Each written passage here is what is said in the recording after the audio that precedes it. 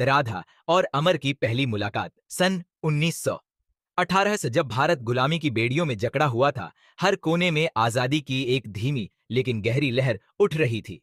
क्रांति के सपने हर आंखों में पल रहे थे। उत्तर भारत के छोटे से गांव चंद्रपुरन में हालांकि यह लहर अब भी धीमी थी।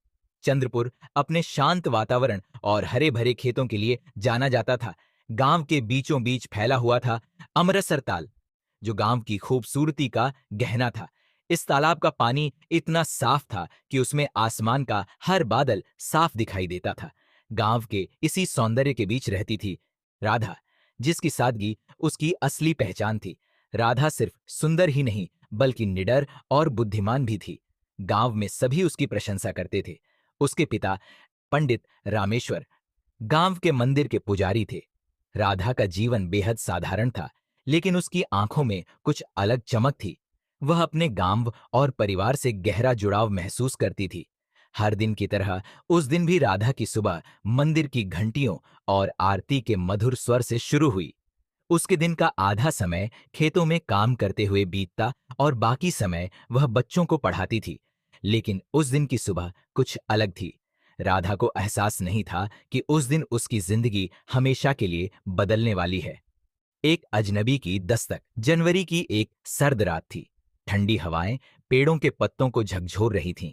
गांव के पास के जंगलों में हलचल थी। अंग्रेजी सैनिकों की बूटों की आवाज और बंदूकों की गूंज जंगल की खामोशी को तोड़ रही थी। अगले दिन राधा तालाब के पास अपने खेत में काम कर रही थी। तभी उसकी नजर तालाब के किनारे एक घायल युवक पर पड़ी। वह लड़खड़ाते हुए तालाब के पास गिर पड़ा। उसकी सांसें तेज चल रही थीं और उसके चेहरे पर गहरी थकावट थी। राधा ने अपनी झोली में रखे पानी के घड़े से कुछ पानी निकाला और उसकी ओर बढ़ी। कौन हो तुम और यहां इस हाल में कैसे पहुंचे? राधा ने झुककर पूछा। युवक ने धीरे धीरे आंखें खोली। उसके होंठ फटे हुए थे और आवाज कमजोर थी। मेरा नाम अमरवर है। मैं अंग्रेजों के खिलाफ लड़ रहा हूं। मुझे छुपने की जगह चाहिए, उसने कहा और बेहोश हो गया।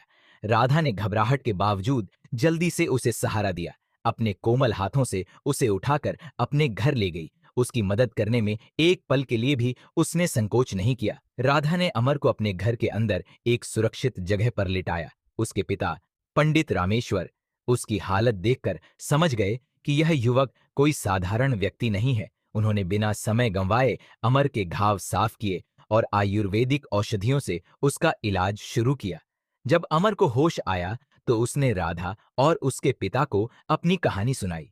उसने बताया कि वह बनारस का रहने वाला है और एक गुप्त क्रांतिकारी संगठन का हिस्सा है। हम अंग्रेजों को भारत से निकालने के लिए लड़ रहे हैं, अमर ने कहा। कल रात हमारी टुकड़ी पर अंग्रेजों ने हमला किया। मैं किसी तरह यहां तक पहुंच सका। राधा उसकी बातें ध्यान से सुन रही थी। उसने देखा कि अमर के चेहरे पर दर्द के साथ साथ साहस भी था। उसके लिए यह पहली बार था जब उसने इतनी नजदीक से किसी क्रांतिकारी को देखा था। अमर को ठीक होने में कई दिन लग गए। इन दिनों में राधा उसकी सेवा करती रही। धीरे धीरे उनके बीच बातचीत बढ़ने लगी। अमर ने उसे अपनी यात्रा और अपने संगठन के सपनों के बारे में बताया।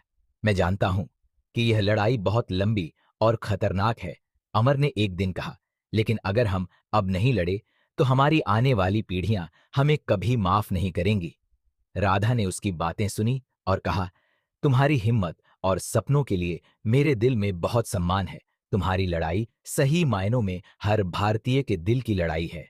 इन बातचीतों के बीच दोनों के दिलों में एक अनजाना सा रिश्ता बनता जा रहा था। अमर को राधा की सादगी और दृढ़ता ने प्रभावित किया, जबकि राधा को अमर की बहादुरी ने मोहित कर दिया। खतरे की आहट।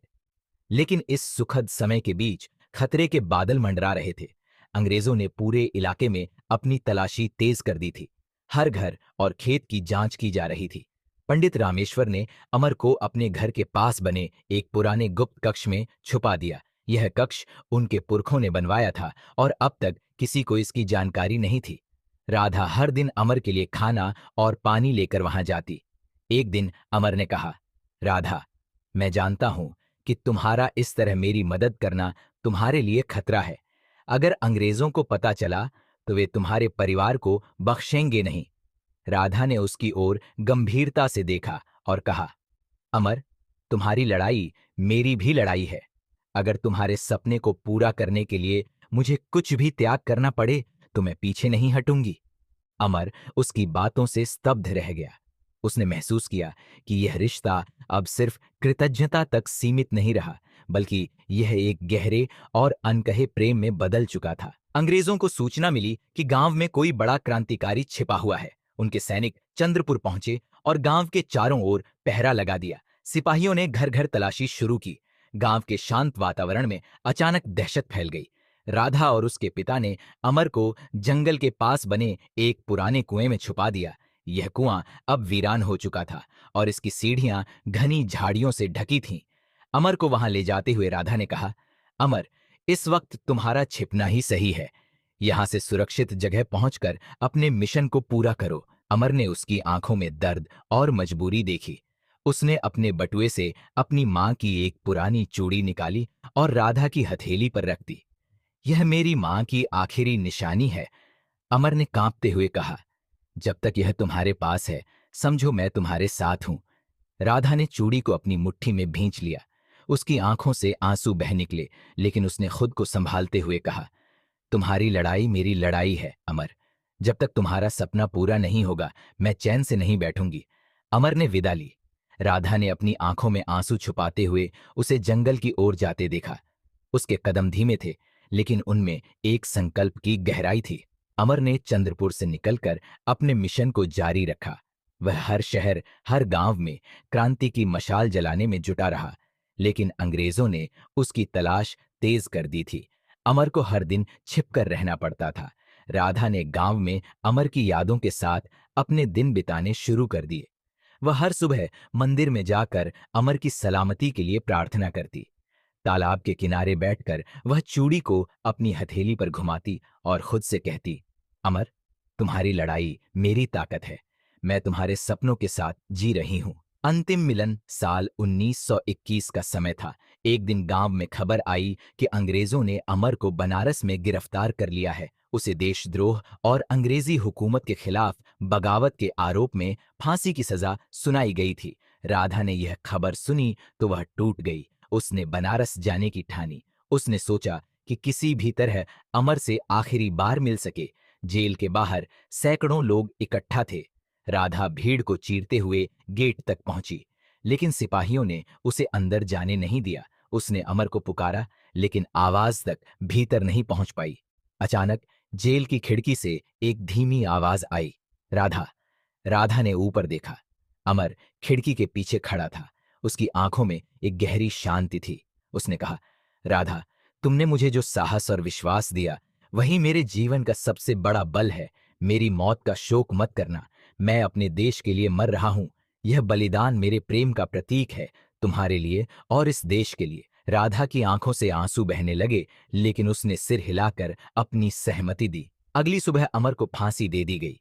राधा के लिए यह खबर किसी तूफान से कम नहीं थी, लेकिन उसने अपने गम को अपनी ताकत बना लिया। राधा ने अमर की याद में गांव में एक स्कूल स्थापित किया।